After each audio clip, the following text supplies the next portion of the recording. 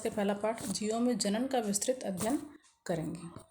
अब ये इकाई जनन का पहला पाठ है, पाठ्य पुस्तक में आप देख सकते हैं। और इस पाठ में कुल मिला के 5 टॉपिक हैं। पहला है जनन की संकल्पना, दूसरा अलैंगिक जनन, प्रकार, कायिक, प्रवर्धन आदि, तीसरा है लैंगिक जनन, फिर है पूर्व निषेचन घटनाएं और निषेचन और पश्च निषेचन घटनाएं। अब इस वीडियो में शुरू के जो 2 टॉपिक हैं वो कवर किए गए हैं और बाकी जो अगला वीडियो जो है पार्ट 2, उसमें बाकी के जो 3 टॉपिक जो हैं वो कवर होंगे। अब ये है हमारा पहला पार्ट। अब पाठ शुरू करने से पहले आप बच्चे एक बात समझ लें, क्योंकि इस साल आपको बोर्ड की परीक्षा देनी है और जहाँ तक हम बोर्ड परीक्षा की बात करते हैं तो बोर्ड परीक्षा में कोई भी प्रश्न जो है वो पाठ्य पुस्तक के बाहर से नहीं आता। इसलिए जब भी हम नोट से, लेक्चर से या किसी भी सामग्री से अध्ययन करते हैं तो भी एक बार पाठ की रीडिंग करना ज़रूरी है, क्योंकि कई बार पाठ की पंक्ति में से ही कुछ ऐसे प्रश्न आ जाते हैं जो हमें इम्पोर्टेंट नहीं लगते और हम उन्हें स्किप कर देते हैं।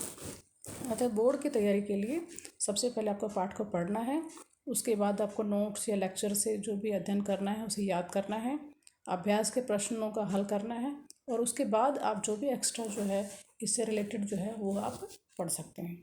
तो चलिए शुरू करते हैं पहला पाठ, जीवों में जनन। तो सबसे पहले जो परिभाषा है वह है जीवन अवधि की। मतलब प्रत्येक सजीव जो है उसकी एक जीवन अवधि होती है और ये जीवन अवधि क्या कहलाती है? उसके जन्म से लेकर मृत्यु तक का काल जो है वो जीवन अवधि कहलाता है। अब इसी के बारे में इसे व्याख्या की गई है, आप इसे पढ़ सकते हैं।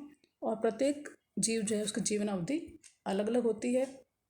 जैसे यहाँ पर दे रखी है, कछुए की जो है 100 से 150 वर्ष है, तोता जो है 140 वर्ष है, कौवा जो है 15 वर्ष है और बाकी जीव जो है उनकी कईयों की नहीं लिखी हैं तो उनकी आप ढूंढ के लिख सकते हैं। और दूसरी है जो है टॉपिक जो है वो है जनन। जनन क्या है?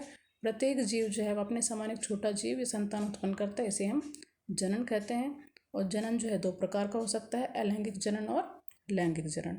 अलैंगिक जनन में एक ही जनक भाग लेता है और इसके द्वारा उत्पन्न संतान आकार के आनुवंशिक रूप से जनक के समान होती है, इसलिए हम उसे क्लोन भी कहते हैं।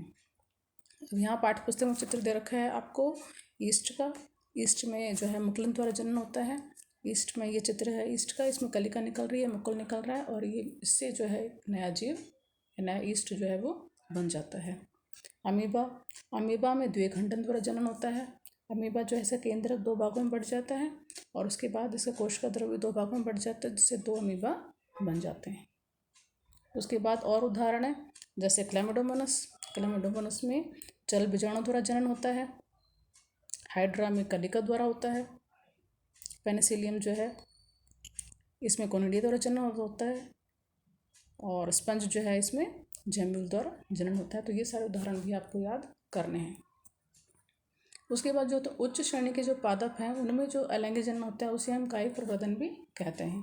जैसे आलू जो है, आलू एक तना है और आलू में छोटे छोटे उभार निकलते हैं जिन्हें हम आँखें कहते हैं और ये आँखें या की कलिकाएँ हैं और इनसे फिर नया पादप जो है विकसित हो जाता है। उसी तरह से अदरक जो है इसमें भी तने द्वारा जनन होता है। उसके बाद अगेव जो है इसमें बुलबुल द्वारा जनन होता है। ब्रायोफिलम जो है इसमें पत्तियों द्वारा जनन होता है। इसमें पत्तियों से अपस्थानिक कलिकाएँ निकलती हैं जिनसे बाद में जाके नया पौधा बन जाता है। उसके बाद वाटर हायसिंथ या जल हायसिंथ से भूस्तारिका द्वारा जनन होता है। तो ये सारे उदाहरण भी आपको याद करने हैं। तो इसमें इस तरह से बहुत सारे जो हैं उदाहरण आपको पाठ्यपुस्तक में दे रखे हैं जो आप पढ़ सकते हैं। अब ये जो पाठ है, ये जो आधा पाठ हमारा हो गया, अब इसके नोट्स कैसे बनाएंगे? तो इसके नोट्स मैंने आपको दे रखे हैं, इन्हें आप कॉपी में या अपनी बायोलॉजी नोटबुक में उतार सकते हैं। और सबसे पहली परिभाषा है जीवन अवधि। तो जीवों के जन्म से लेकर उनके प्राकृतिक मृत्यु तक के काल को जीवन काल या जीवन अवधि कहते हैं। दूसरा है जनन। किसी भी जीव द्वारा अपने समान जीव उत्पन्न करने की प्रक्रिया को जनन कहते हैं और ये 2 प्रकार का हो सकता है, अलैंगिक जनन और लैंगिक जनन। उसके बाद है अलैंगिक जनन की परिभाषा। तो अलैंगिक जनन में लिंगों का भेद नहीं होता, इसमें केवल एक जनक की आवश्यकता होती है जो अपने समान संतान उत्पन्न करता है और इस प्रकार के संतान को क्लोन भी कहते हैं। उसके बाद है लैंगिक जनन। इस प्रकार के जनन में 2 जनक की आवश्यकता होती है, नर एवं मादा। नर से उत्पन्न नर युग्मक या मादा से मादा युग्मक मिलकर युग्मनज बनाते हैं जो नई संतान विकसित हो जाता है। अब है अलैंगिक जनन की विधियाँ। तो अलैंगिक जनन की कई विधियाँ हैं। पहला द्विविभाजन या बाइनरी फिशन। जब एक जनक का केंद्रक एवं कोशिका द्रव्य बीच में से विभाजित होकर दो भागों में बढ़ जाता है और एक समान दो जीव बन जाते हैं तो इसे द्विविभाजन कहते हैं। इसके उदाहरण है अमीबा, जीवाणु, प्रोटोजोआ, संघ के प्राणी। तो आप अमीबा का चित्र जो है वो कॉपी में बना सकते हैं। दूसरा है बीजाणु जनन या स्पोरुलेशन। कुछ जीव बीजाणु उत्पन्न करते हैं और बीजाणु अंकुरित होकर नया जीव बनाते हैं, उदाहरण के लिए पेनिसिलियम। तो इसमें कोनिडिया द्वारा जन्म होता है। तो कोनिडिया भी एक तरह के बीजाणु हैं। फिर है मुकुलन या बर्डिंग। जनक के शरीर से मुकुल उत्पन्न होता है और वह पृथक होकर नया जीव बनाता है, उदाहरण के लिए ईस्ट और हाइड्रा। फिर है चौथा खंडी भवन या फ्रेगमेंटेशन। इस विधि में जीव कई खंडों या टुकड़ों में टूट जाता है और प्रत्येक खंड से एक नया जीव विकसित हो जाता है। फिर पांचवा है पुनरुद्भवन या रीजनरेशन। यह विधि, इसमें जीव के टूटे या खोए हुए अंग से नया जीव बनता है, उदाहरण के लिए प्लेनेरिया। अब कायिक जनन। उच्च वर्ग के पादप जैसे आवर्तबीजी पादपों में होने वाला जनन कायिक जनन कहलाता है और ये दो प्रकार का हो सकता है, प्राकृतिक कायिक जनन और कृत्रिम कायिक जनन। प्राकृतिक कायिक जनन की कौन कौन सी विधियां हैं? तो पहली है तने से कायिक प्रवर्धन। रूपांतरित तने जैसे अदरक है, आलू है, प्याज है, दूब घास है आदि से होने वाला जनन जो है वो तने द्वारा कहलाता है। इसमें आप आलू का चित्र जो है वो बना सकते हैं। जड़ से कायिक प्रवर्धन।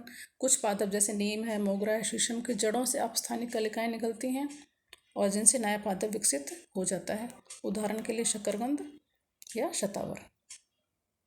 फिर तीसरा है पत्तियों द्वारा कायिक जनन। कुछ पादप जैसे ब्रायोफिल्म की पत्तियों के किनारे से कलिकाएं उत्पन्न होती हैं और इनसे फिर नया पादप बन जाता है। जननांगों से कायिक जनन। कुछ पादप जैसे अगेव है, ड्रोसीरा है में पुष्प के स्थान पर बुलबुल बनते हैं जो मृदा पर गिरते हैं और उनसे फिर नया पादप बन जाता है।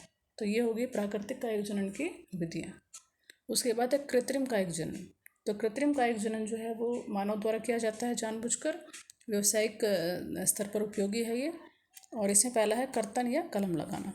तो इसमें भी दो हैं, स्तंभ कर्तन और मूल कर्तन।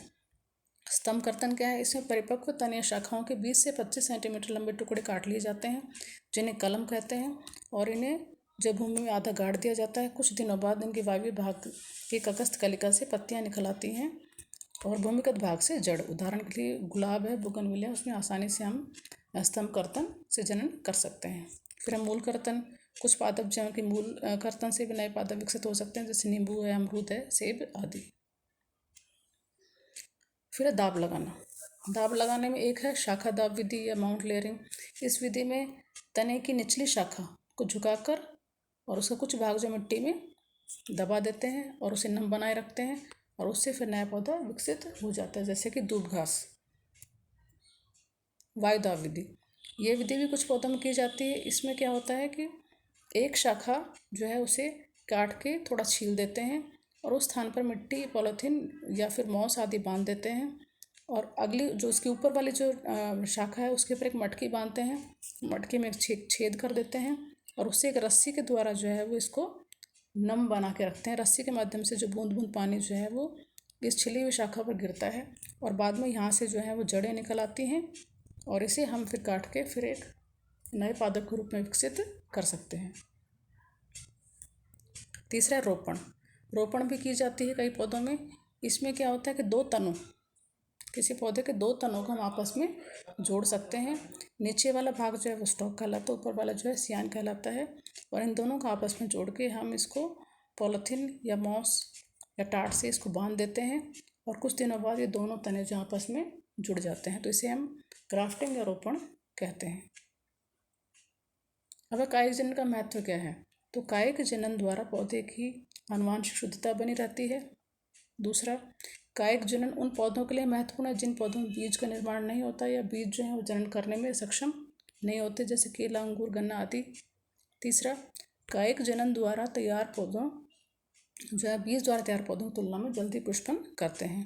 चौथा, कायिक जनन में पौधों की विशिष्ट संरचनाओं का निर्माण नहीं करना पड़ता और इस द्वारा उत्पन्न पौधे जो है वो रोग रहित होते हैं। अब इससे कुछ हानि क्या है इसकी? अब इसके द्वारा पौधों की नई किस्म का को जो है तैयार नहीं किया जा सकता। दूसरा, संतति पादपों में भिन्नता नहीं होने कारण जैव विकास की संभावना नहीं होती। और तीसरा, उत्पन्न प्रजाति में प्रजाति के विशिष्ट रोग आसानी पूर्वक संचरित हो जाते हैं। तो ये हो गया आपका आधा पार्ट है, और अगले वीडियो में हम जो है वो बाकी का पार्ट कवर करेंगे। Thanks for watching.